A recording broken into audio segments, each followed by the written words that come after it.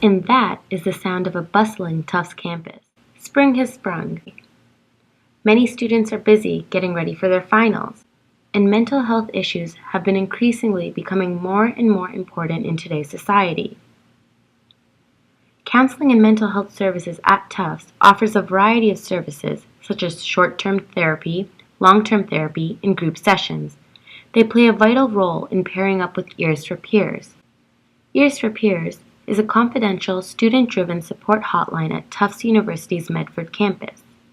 It is a peer support hotline that is solely staffed by Tufts students. The hotline is accessible via telephone and AIM from 7 p.m. to 7 a.m. every night of the academic school year. All students who decide to be Ears for Peers are required to attend training hosted by Tufts Counseling and Mental Health Services.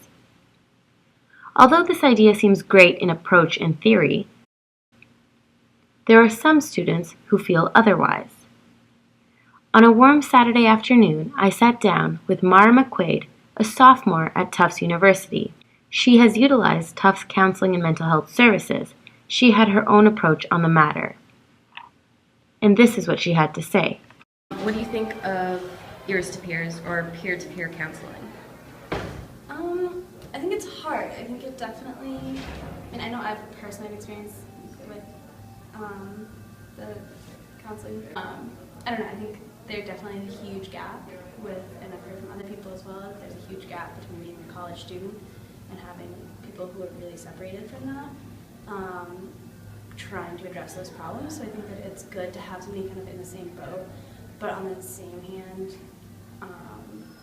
it's hard because you are talking to a peer. They don't have any psychological kind of training, and a lot of the people you go to see have PhDs and that kind of stuff in it, and so it's hard to kind of give the same weight to their advice. Right. Is that most of the mental health treatment at Tufts campus specifically is really based on kind of actively picking up the phone and talking about things out loud, kind of in a non-confidential environment. And both like Ears for Peers, they give you the number, and again, you can still hear your voice. You still have to you're in a dorm room with a ton of people like the walls are thin. I don't know. And also AIM. That's great, but nobody uses that anymore. I haven't used it since like 5th grade. But if they had sort of an anonymous way online, like those things exist.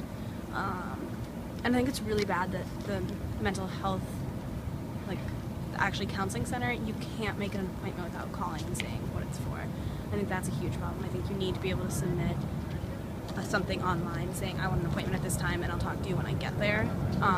Because I know that's something that would definitely deter me from calling. I have a roommate and I'm not gonna, pick up the phone and call him this is something I'm worried about, and then have other people hear it. I don't know. I think it's a big problem. This is Sophia Nanji for Tufts Radio, signing off.